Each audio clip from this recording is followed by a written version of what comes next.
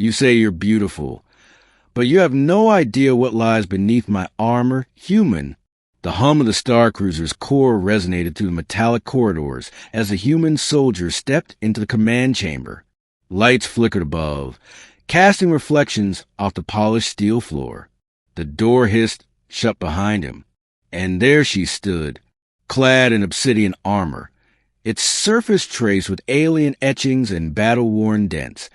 The woman's presence was both commanding and ethereal. Her braided golden hair framed a face carved from defiance, pale and resolute. In her arms she carried a helmet, sleek, sharp-edged, its visor dark as the void beyond the hull. Her gaze fixed on him. He shifted uncomfortably beneath her stare, unsure if she meant to salute him or strike him. "Lieutenant Aaron," he said, his voice steady, though his heart wasn't. "They told me you requested me." She didn't respond right away. Instead, she studied him, tactically, clinically, perhaps even personally. Then she spoke. "I did, because I want to know something." He arched a brow. "What's that?" She stepped closer, the sound of her armored boots ringing like warnings in the chamber. "Why do your kind speak as if beauty is a weapon?" The question caught him off guard. "Excuse me." "You said it earlier," she replied, tilting her head, "when I entered the battlefield and removed my helmet. You whispered, 'She's beautiful.' Why did you say that?" He opened his mouth to defend himself, but the words faltered. "I wasn't trying to offend. It just slipped out." She nodded once, not in approval but acknowledgement. "I've worn this armor since I was 13. Fought in the Scar raids. Lost 3 siblings to the invasion of Arath Prime. I was trained to strike without hesitation, to protect the hive mind, to kill. And yet the first words a human says upon seeing me aren't about strategy, rank, or diplomacy." Her eyes bore into him. "They're about my face." "I didn't mean to reduce you to that," he said, more earnestly now. "I'm a soldier, too.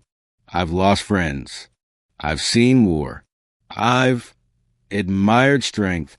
What I saw wasn't disappearance. It was defiance, radiance and rage.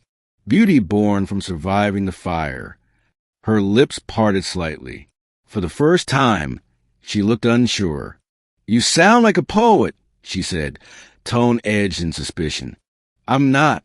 I'm just tired," he muttered. "Tired of pretending we're not human beneath the armor." Her gaze softened, only slightly. She set the helmet down on a nearby console and removed one of her armored gloves, revealing slender, scarred fingers. She reached up and tapped a hidden clasp at her neck. With a hiss, her armor unfolded slightly. His eyes widened, not in awe, but in understanding. A series of lattice-like scars, faint but distinct, trailed down her neck. Surgical, possibly ceremonial. Some were burn marks.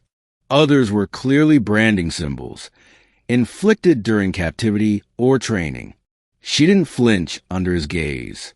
"This is what lies beneath," she said. "Still think I'm beautiful, human?" He stepped closer. "No," he replied. She blinked. The chill in her eyes returned. "No," she repeated. "You're not beautiful because of how you look, or despite it. You're beautiful because you carry this pain and still stand, still command, still fight. That's not beauty from the outside. That's something else." For a long moment, silence wrapped around them.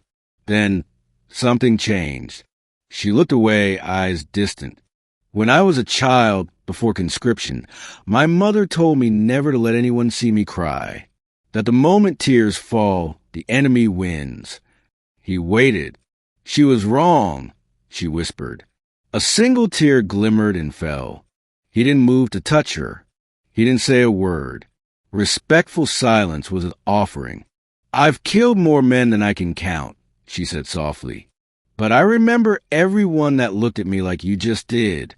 Not with desire, not with fear, with humanity." He finally spoke. Do you regret it? She met his gaze. No, but sometimes I wish I had the choice. There was a beep from the console beside them. A signal, a call from the bridge. We're arriving at Delta Bastion, she said, donning her glove again. Her voice regained its command. Get to the dropship. We have a mission. He hesitated, then nodded. Yes, ma'am. She turned away, lifting her helmet, but paused, then looked back at him, expression unreadable. You're brave, she said. He shrugged. Not really. No, you are, she insisted, not for standing here, for seeing me and not looking away. Then she placed her helmet back on, the visor sealed with quiet hiss, hiding her face once more. But he knew. Behind that mask, behind the scars, behind the warrior, was a woman who carried galaxies of pain and strength in equal measure. As he followed her down the hall, he realized beauty wasn't in her armor. It was in her ability to remove it.